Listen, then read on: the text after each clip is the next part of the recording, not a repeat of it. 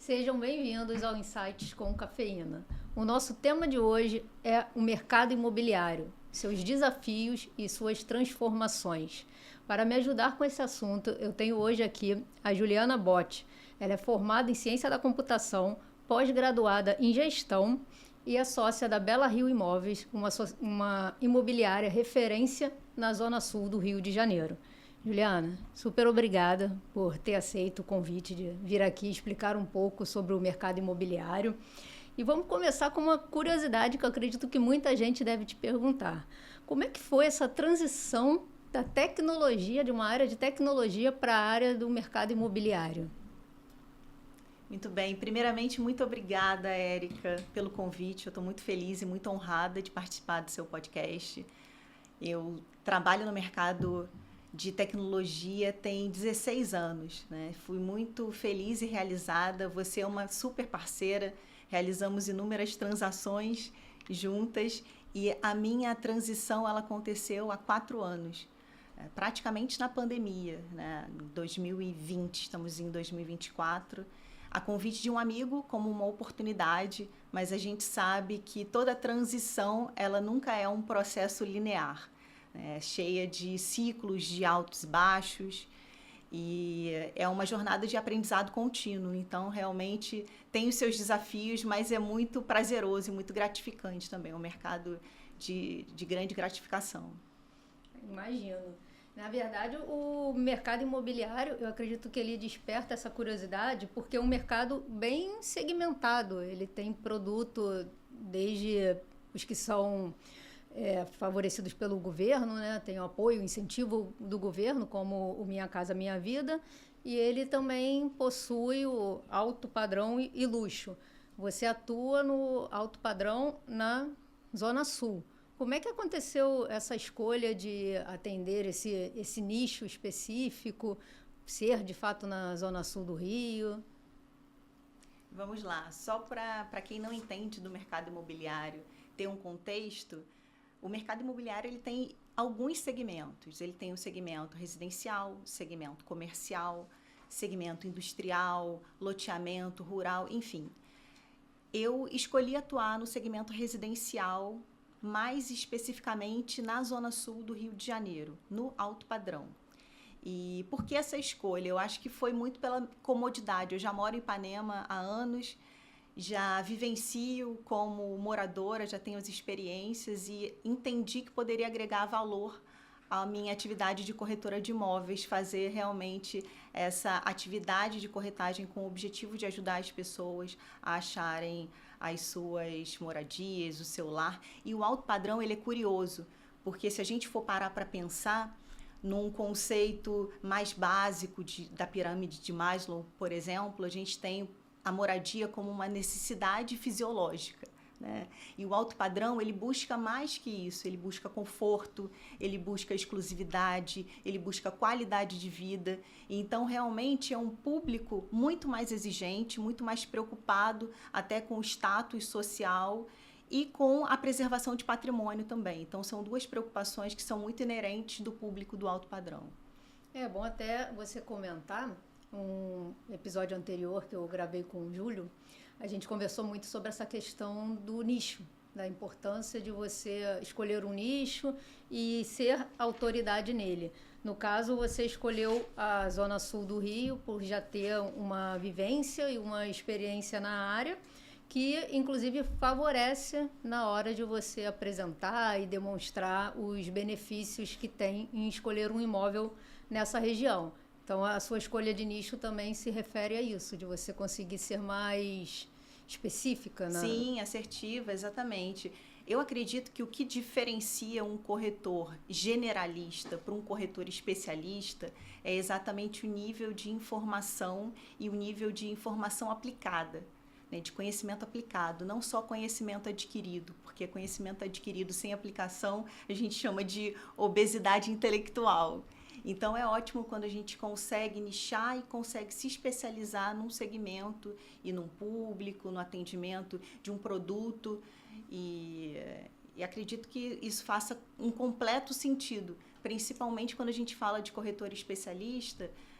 Eu, como atuo no segmento alto padrão na Zona Sul, a Zona Sul eu escolhi através de uma comodidade, como eu comentei com você, mas estudando a Zona Sul a gente entende que tem bairros que têm a maior concentração de poder aquisitivo, né? São os bairros que apresentam os maiores índices de desenvolvimento humano. E o desenvolvimento humano ele está muito voltado para 3 aspectos: para o aspecto da educação, para o aspecto da longevidade e para o aspecto da renda. Então, eu estou falando exatamente que se eu tenho um alto índice de expectativa de vida, tenho um PIB, um Produto Interno Bruto alto e uma taxa de escolaridade alta, são os bairros que realmente colocam o nível de qualidade de vida a níveis internacionais. É bem legal, porque, como você falou, é um tipo de público que não procura só moradia pela moradia por si só, e sim pelos benefícios atrelados a ela. Inclusive, essa questão de ser uma autoridade no nicho que se escolheu, ajuda a saber os detalhes da região. Por exemplo, a gente estava conversando semana passada, se não me falha a memória, sobre essa mudança que ocorreu em relação ao bairro da Glória. O bairro da Glória era um bairro que era inserido na região da Zona Sul e mudou para a região central. Exatamente. Muitas pessoas não sabem, mas é através até do corretor especialista que a gente traz essas informações privilegiadas e informações que vão fazer diferença para quem quer comprar e adquirir um patrimônio. O bairro da Glória, ela culturalmente sempre fez parte da Zona Sul, né? É até engraçado pensar que hoje ele é um bairro, até por ter uma estrutura arquitetônica muito similar ao bairro do centro, ao centro do Rio de Janeiro, ele foi estrategicamente retirado da administração da Zona Sul e inserido no centro. Então, hoje, a Glória, ela faz parte da subprefeitura do centro. E isso de uma forma muito estratégica para a gestão urbana, porque o centro, a gente sabe que tem incentivo para a revitalização de patrimônio, para recapeamento de vias. Sim, tem vários projetos que a prefeitura atualmente está colocando no centro até para revitalizar. Mas o interessante aqui é saber que são um tipo de informações de pessoas que realmente resolveram se especializar num nicho específico, e é por isso até que a gente comentou sobre a necessidade de você ser um especialista e não um generalista, como você falou. Inclusive, falando um pouco dessa profissão de corretagem, tem muita gente que eu acredito que não tenha a noção e não valorize a profissão, não entenda que existe capacitação, existe fiscalização, não é simplesmente de um dia para o outro resolvi ser corretor e vou apresentar um imóvel. Ele é uma profissão muito além disso, uma profissão, inclusive, regulamentada. Exatamente, Érica. Você está super correta nas suas considerações.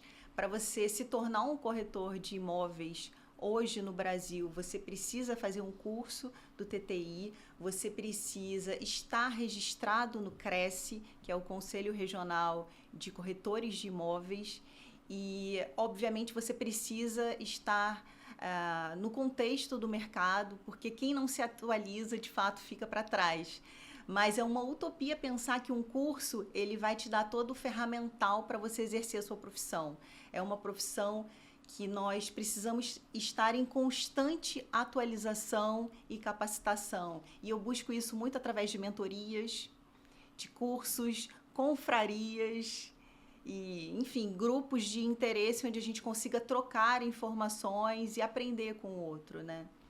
Realmente, eu acho, minha opinião aqui, eu acho muito legal essa questão da troca, de ter o networking e encontrar ou associações ou grupos que você consiga se inserir e fazer essa troca. Inclusive, até deixar um aviso aqui para quem está ouvindo a gente, o CRECE tem um canal de denúncia. Então, se porventura, infelizmente, existem profissionais que não exercem a profissão de forma devida. De forma legal, né? Sim, e o CRECE aceita a denúncia em relação à imobiliária, em relação a corretores.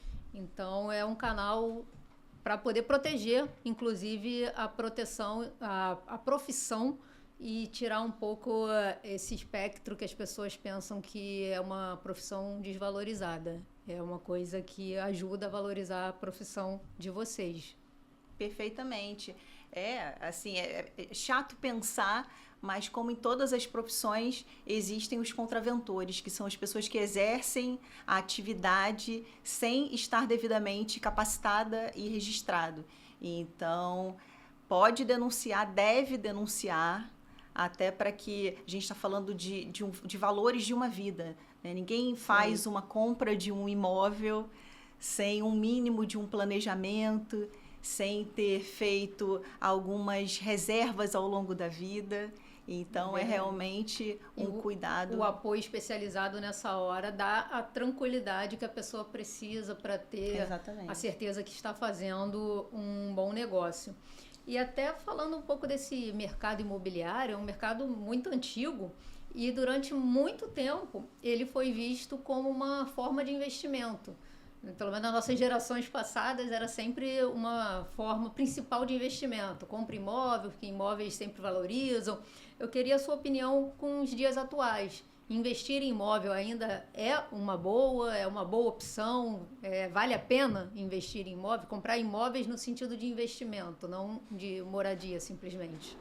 Com toda certeza, Érica. A gente sabe que o mercado imobiliário ele é um mercado que existe há séculos. E tem até um dado estatístico que mostra que 90% dos milionários conquistaram a sua riqueza através do mercado imobiliário, né? Que não foi através de Bitcoin, não foi através de ações, não foi através do empreendedorismo, foi através do mercado imobiliário.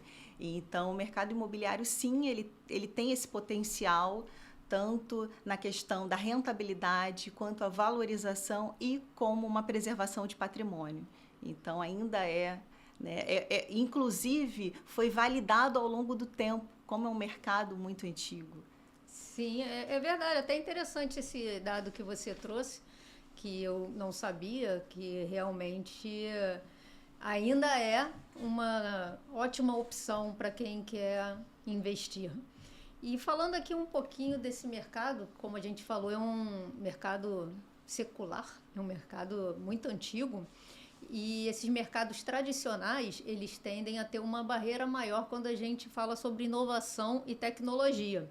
E hoje em dia a gente sabe que tem aí inteligência artificial, chatbot.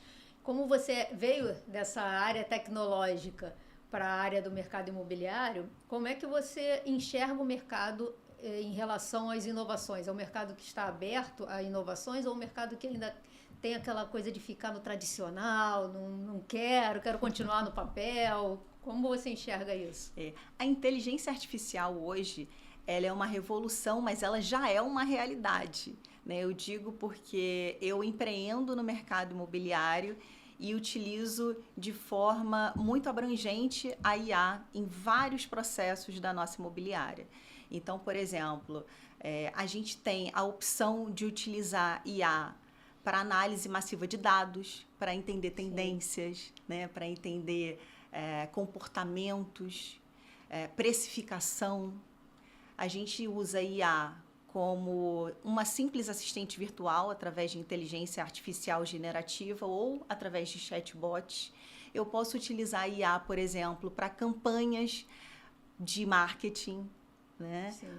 A gente já sabe que o ChatGPT hoje é uma solução para as descrições, para a criação das imagens. Ajuda muito. Ajuda. Quem nunca, né? Pois é, ajuda bastante. E para as imobiliárias que não adotam a inteligência artificial, elas literalmente ficam para trás, porque a inteligência artificial ela veio não para roubar a interação humana, e sim para prover eficiência operacional e deixar o corretor mais apto para dedicar energia e foco em atividades que agregam valor, que é o que ele precisa fazer para gerar relacionamento e converter de fato a venda.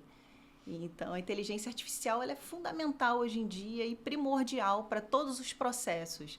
A gente tem uma abrangência que, se eu tivesse que ficar enumerando aqui, a gente passaria uma tarde falando sobre a usabilidade na prática da inteligência no mercado. Com certeza. Inclusive, já foi um tema aqui do Insights com Cafeína, falar sobre a inteligência artificial. E a gente tocou muito nesse ponto. Quantos negócios deixaram de existir porque não conseguiram seguir e se adaptar à tecnologia. Inclusive, reforçando esse ponto que muita gente gera um preconceito com a inteligência artificial, achando que será substituído, quando, na verdade, a inteligência artificial ajuda você a dedicar o seu tempo ao que tem valor, que é como você falou, a interação social, você conseguir, o que a gente está fazendo aqui, o ao vivo, você interagir, você consegue aumentar a produtividade da equipe num todo e deixando os corretores focados para um atendimento de excelência, para um follow-up, enfim, conseguir de fato focar nisso.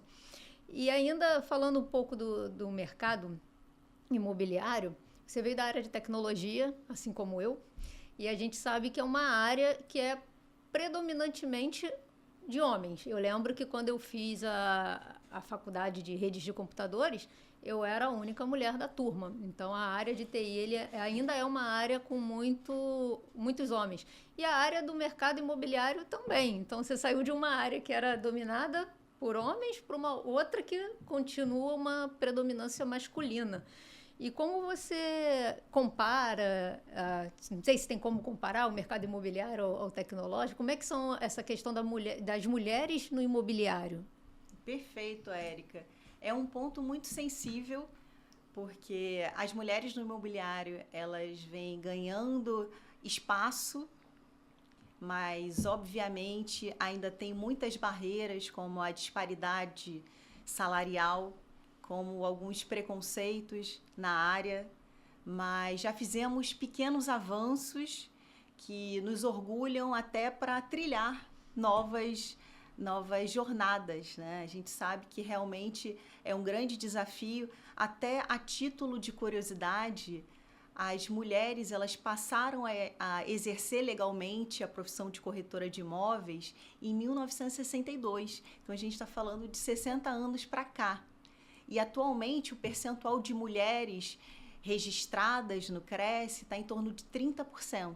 Então, temos muita estrada para conquistar, para mostrar que temos a mesma proficiência que os homens para conquistar lugares, enfim, e estamos firmes e ansiosas para esse protagonismo feminino.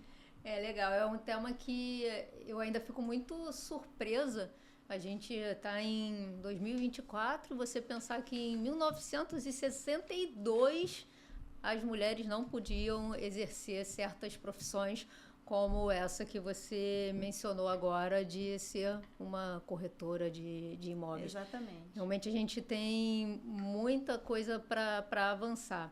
Inclusive, para quem quer entrar, a Juliana já deu a dica aqui, fazer o curso, exercer legalmente a profissão, mentorias, pede ajuda para quem já está no mercado, porque eu acho que pegar a experiência de quem já está inserido no mercado ajuda muito. É como se fosse um estagiário, né? Não sei como funciona exatamente, mas a gente falando dessa tendência do mercado imobiliário, vem mudando muito, né? Se a gente pensar, quando eu vejo algumas fotos de Rio Antigo, essas coisas, você vê que era um padrão muito de casas, e aí foram mudando para construção de prédios, né? Construção verticalizada, e acabou sendo uma tendência durante muito tempo. E como é que você enxerga essa mudança do mercado imobiliário para frente? Como é que você vem aí com esses seus anos de experiência acompanhando e a sua expectativa para 2025 ou para os próximos anos? Muito bem, é fascinante a gente entender como o mercado imobiliário ele se adapta muito bem às demandas sociais, às demandas tecnológicas e muitas demandas também legislativas. A gente tem um plano diretor que, por exemplo, você falou sobre prédios, né? O adensamento vertical. A gente tem um plano diretor que, para quem não sabe, é uma lei municipal que dita as regras e diretrizes do desenvolvimento urbano na cidade, que dita algumas tendências. Então, por exemplo, vou te falar um pouco da Zona Sul. A Zona Sul hoje, a gente percebe que há uma escassez de terrenos horizontais. Então, necessariamente, para atender uma demanda reprimida, as construtoras estão fazendo o que a gente chama de adensamento vertical, que são os prédios maiores, com concepções de moradia, com a tipologia de estúdios, que são investimentos que têm uma boa liquidez, né, que você consegue fazer uma boa aquisição. Ele tem uma alta rentabilidade, normalmente baixa taxa de vacância, que se ele coloca aquilo para uma renda de temporada... Airbnb. Exatamente, um Airbnb, ele consegue ter uma renda passiva, ter uma boa valorização, porque está numa região com uma tendência boa de valorização e ter um belíssimo patrimônio. É verdade, né? Principalmente acredito que você atenda bastante público estrangeiro, porque eu sou muito carioca, então o pessoal, apesar de falarem mal do Rio, eu defendo o Rio, e ainda atrai muitos estrangeiros, principalmente eu acredito que o bairro de Copacabana tem aquele fascínio, e essa parte de estúdios é um bom investimento até para quem não mora no Brasil, né? Ou não mora no Rio de Janeiro, conseguir exatamente o que você falou, colocar numa plataforma dessas de aluguel por temporada, e quando quiser curtir aqui o nosso Rio 40 graus mais, porque a nossa tendência tá para mais, já ter ali um cantinho reservado, sem ser um custo, que é o que a gente está falando aqui, é um investimento. Exatamente. Então, assim, uma das tendências muito claras para 2025 é a gente continuar com essas construções sustentáveis, como, por exemplo, até para incentivar a mobilidade urbana sustentável. Esses prédios, principalmente na Zona Sul, Zona Norte e Centro, eles não têm mais a obrigatoriedade de ter garagem no prédio. Curioso, né? Então, ainda há obrigatoriedade para a Zona Oeste, a cada 4 apartamentos, pelo menos ter uma vaga de garagem. Mas na Zona Sul, Zona Central e Zona Norte, as construtoras já estão fazendo os prédios sem garagem, até para incentivar o uso da bicicleta, desafogar trânsito, logística. É verdade, porque realmente o trânsito do Rio não chegou a São Paulo, ao nível de São Paulo, mas cada vez mais a gente vê que um simples trajeto se torna quase uma viagem. Pois é, e além dessas tendências de construção voltadas para a sustentabilidade, para as novas demandas, é notório e é muito factível a gente pensar que a IA ela está permeando todo o nosso universo do mercado imobiliário, e acredito que vai continuar muito forte daqui para frente, né? Dos próximos anos. Vamos pensar nos ciclos, né? Hoje a tecnologia, a gente faz tudo através de tecnologia, né? Todos os processos imobiliários e todos os parceiros, cartórios e todos os envolvidos já estão se digitalizando, o que mostra que ela veio para ficar. É verdade, inclusive você falou agora de cartório, essa questão da assinatura digital, a gente quer dar um abraço em quem inventou, porque só em não ir no cartório, enfrentar aquela burocracia toda, você conseguir com a mesma confiança, com a mesma confiabilidade, com a mesma validade jurídica, essa é a palavra. Exatamente. Eu achei isso maravilhoso quando eu soube que o cartório tem lá o aplicativo deles, e-cartoriado, e-cartório, isso. É bom saber, é bom conversar com quem sabe, porque já sabe todos os termos. É uma maravilha, realmente é uma mão na roda. E até você falou de inteligência artificial, o chatbot, a área de imóveis, a área de imobiliária é uma área de vendas. Então, tem as plataformas que já são integradas com o CRM, que é tecnologia. Então, não tem como fugir, porque através do CRM você consegue deixar todo esse perfil do cliente que você atendeu, que você conversou. Inclusive, tem ferramentas que sincronizam já a sua conversa no Exatamente, WhatsApp. Que fazem sugestões baseadas no perfil de preferência. A IA, ela é realmente uma revolução. E é impossível hoje pensar numa estrutura imobiliária sem o uso da inteligência artificial é impossível, Érica. Até pela questão da quantidade massiva de dados que a gente tem hoje. Acaba sendo humanamente processar esses dados. E a gente sabe que as principais tomadas de decisões baseadas em dados são as decisões mais assertivas. É o que a gente precisa para entender e poder direcionar os nossos negócios. É verdade, até inclusive você falou a recomendação de perfil, fico imaginando, você numa imobiliária 1.000, 2.000 imóveis, ou seja, 2.000 produtos diferentes. Você lembrar todos aqueles que você tenha tem que ter uma boa memória. Eu já não serviria para essa lembrança. Minha memória não é das melhores. E quando você joga lá o perfil, 2 quartos, na quadra da praia, o aplicativo já retorna. Exatamente. Então, realmente, você ter esses processos bem definidos e alinhados com a tecnologia traz esses benefícios para a imobiliária. Exatamente. É um ganho de eficiência operacional que acaba sendo intangível. É difícil da gente tangibilizar o bônus, né, que a gente ganha com o uso dessas ferramentas. Até porque é difícil imaginar o mercado imobiliário sendo tratado como se fosse há 5 anos atrás, né? Ou até antes disso. Eu estava conversando com uma cliente ontem. Ela tinha em torno de uns 70 anos e ela brincou comigo e falou assim: Ju, eu sou da época dos classificados, onde a gente olhava e buscava através do jornal quadrantes com informações muito reduzidas. E informações ali, né, só técnicas, 2 quartos, metragem, localização. Hoje em dia, a gente deu praticamente um salto quântico. É verdade. Porque hoje a gente, abrindo um anúncio, a gente consegue olhar as fotos, a gente consegue, através do Google Maps, entender a localização. Tem o Google Street View, que você consegue ainda ver fachada do prédio, ver as lojas.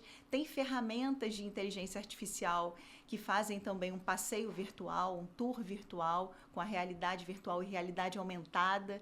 Então, hoje a gente tem uma infinidade de recursos que deixam o mercado muito mais interessante. E até você comentou do classificados, eles eram reduzidos porque na época cobrava, se eu não me engano, por palavra. Por espaço, era uma exato. coisa bem diferente. Até realmente um avanço enorme. E essa questão da produtividade, o mercado de corretores não é um mercado, é um mercado autônomo.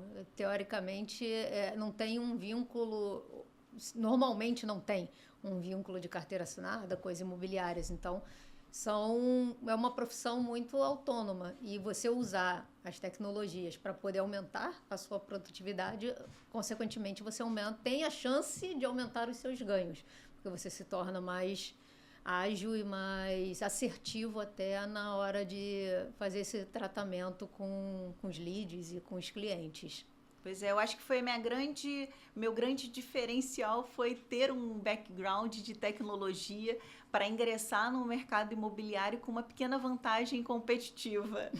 Né? Eu lembro já fazendo algumas campanhas direcionadas e, além da minha rede de contatos, que foi inicialmente para quem eu vendi, eu tive muitos leads que viraram clientes através desses mecanismos de divulgação na internet. É verdade. Eu sempre brinco que a gente sai da tecnologia, mas a tecnologia não sai da gente. De maneira nenhuma. Isso aí eu vou morrer sendo a pessoa da tecnologia. Sendo nerd, sim, não estudiosas. Não nesse ponto. O que é ótimo, né? A gente acaba trazendo qualidades e trazendo capacidades já desenvolvidas em outros setores para agregar nas atividades que a gente faz hoje. Com certeza. O conhecimento, ele nunca é perdido. Ele vem para agregar e, principalmente, como você falou, quando você consegue ter o conhecimento e alinhar a prática. Porque só ter o conhecimento e não colocar em prática, você não valida tudo que você aprendeu e todos esses anos que levaram ao estudo. E até a gente está aqui chegando ao final do nosso episódio. E eu sempre termino o episódio fazendo uma pergunta que tem a ver com o nome do podcast. O nome do podcast é Insights com Cafeína. Cafeína é porque não importa a hora eu estou bebendo café. Não sou da pessoa que bebe café e perde o sono. Já passei desse nível. Isso aí foi adquirido na época de TI. E o Insights é porque o podcast ele tem esse foco de trazer alguma ideia, decifrar algum mercado, como a gente está fazendo aqui em relação ao mercado imobiliário. E a ideia é sempre trazer motivação, energia e conhecimento em alguma área correlacionada ao podcast. E aí eu queria saber de você o que você considera que te dá energia no dia a dia. O que é a sua motivação para acordar daquela inspirada e falar, vamos lá, vamos para mais um dia? Muito bem. Essa pergunta ela é ótima, até porque é o que traz o nosso brilho nos olhos, é o que faz a gente acordar e acreditar que as coisas podem ser melhores. Eu tive uma experiência horrorosa com o meu início comprando um imóvel, né? Não sei se eu cheguei a compartilhar isso, mas meu primeiro imóvel eu comprei há 10 anos atrás, com uma imobiliária, não preciso dizer o nome, porque a experiência não foi boa.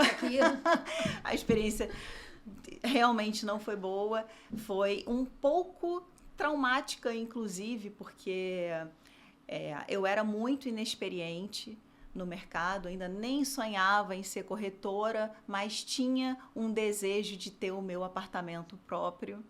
Busquei uma imobiliária que eu achei que eu ia ter toda a assessoria e todo o respaldo e suporte para quem quer fazer uma aquisição, e não tive nada disso. Eu lembro que na época eu solicitei a planta, eles não me deram a planta, e aí depois me cobraram R$5.000 para fazer uma planta de um imóvel que já tinham. Quiseram me vender crédito imobiliário. Eu não tive acesso à documentação preliminar como o IPTU, o espelho de IPTU. Então, hoje, o que me motiva, Érica, sendo muito sincera com você, é fazer a diferença. Sabe? Ser transparente com os meus clientes, atender todo mundo com respeito e com a transparência que eu gostaria que tivessem me atendido, né? Então, eu faço hoje com o outro o que eu espero que façam comigo, porque a gente sabe que as nossas relações humanas são as verdadeiras joias da nossa vida. É verdade. E ter empatia com o próximo. É claro que a gente está falando aqui de uma negociação que envolve dinheiro, mas não é por isso que você tem que deixar de ser empático, que você tem que deixar de ser transparente e leal. Eu acho com toda que certeza. Uma negociação ela é boa quando ela é boa para as duas partes. Exatamente. Então, assim, hoje o que me motiva é acordar e saber que eu vou dar o meu melhor, que eu vou atender o meu cliente com todo respeito, com toda a escutativa, entendendo quais as necessidades, fazendo um trabalho de curadoria com relação à seleção dos imóveis, prestando toda a assessoria e suporte até a entrega das chaves. É aí que eu agrego valor ao meu trabalho. Prestando esse serviço com todo o carinho e respeito com o próximo, que eu gostaria que tivessem comigo.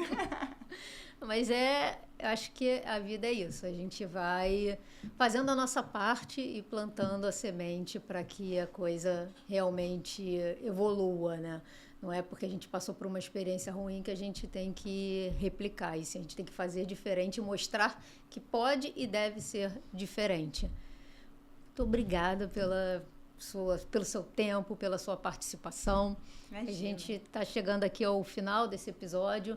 Eu espero que tenha sido muito útil, que vocês tenham entendido o poder do mercado imobiliário, a diferença que ele pode fazer, utilizar ele não só como uma questão de moradia, e sim como uma questão de investimento, entendido que é uma profissão regulamentada, a profissão do corretor. Então, procurem imobiliárias que, de fato, prestem um serviço bom, um corretor que queira de fato ajudar e auxiliar. Eu vejo vocês no próximo episódio. Até mais.